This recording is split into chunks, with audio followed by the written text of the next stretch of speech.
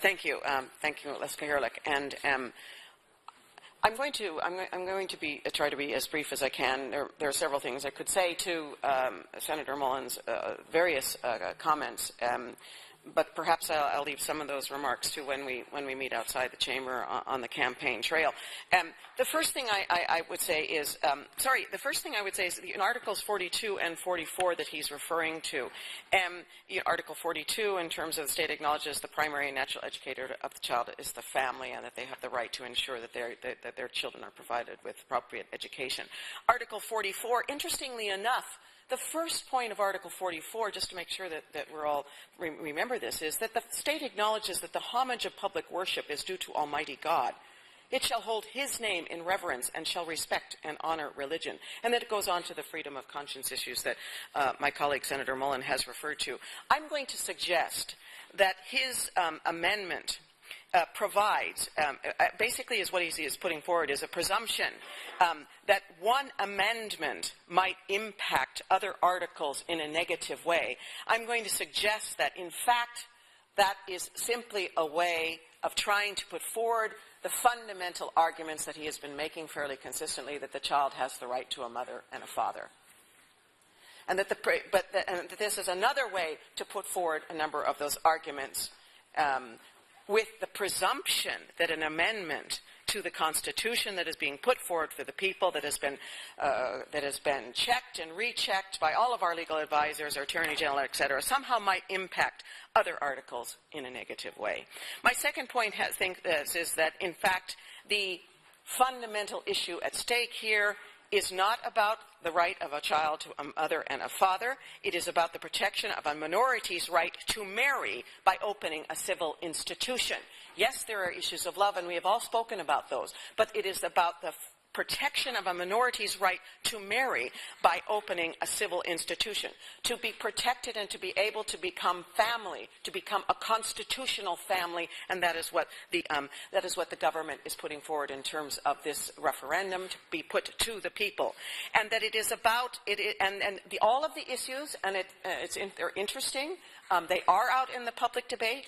In terms of what's happening, perhaps, when people make choices to discriminate in terms of the provision of goods and services, and whether or not they are discriminating against, in this case, people in terms of their sexual identity, that we do have equality legislation already in place in that regard, and that equality legislation is not changing.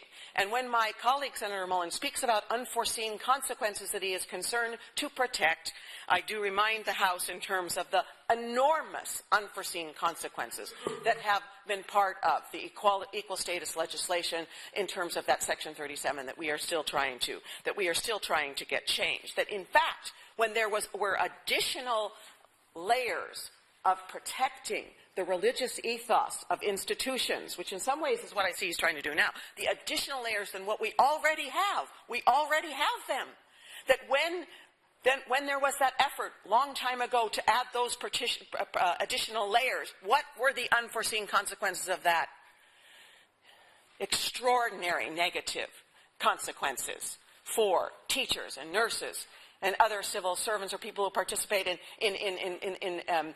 various employments, to be fearful of revealing their identity and who they are in partnership with. So we know about unforeseen consequences and the potential of negative impact, but that's what we're trying to change. Do we have enough respect for religious ethos in our Constitution already? I argue yes. Do we have enough in our legislation? There's an additional layer that we need to get rid of, where there still is, and I am absolutely in favor of the protection of religious ethos. I think I agree with those constitutional articles, though I would prefer someday that we might change that first part of Article 44.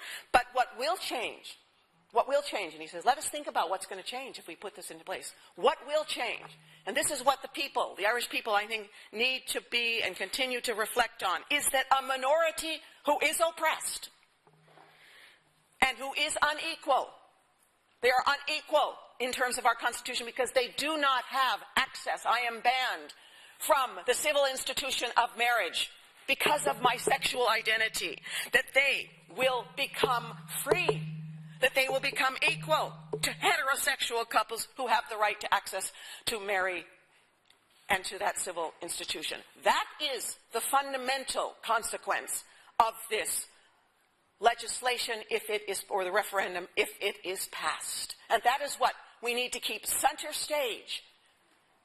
And I hope that's what the Irish people keep center stage. And yes, we need to have some debates in terms of equality legislation, discrimination, et cetera, by those who have freedom of conscience. I do not belittle that.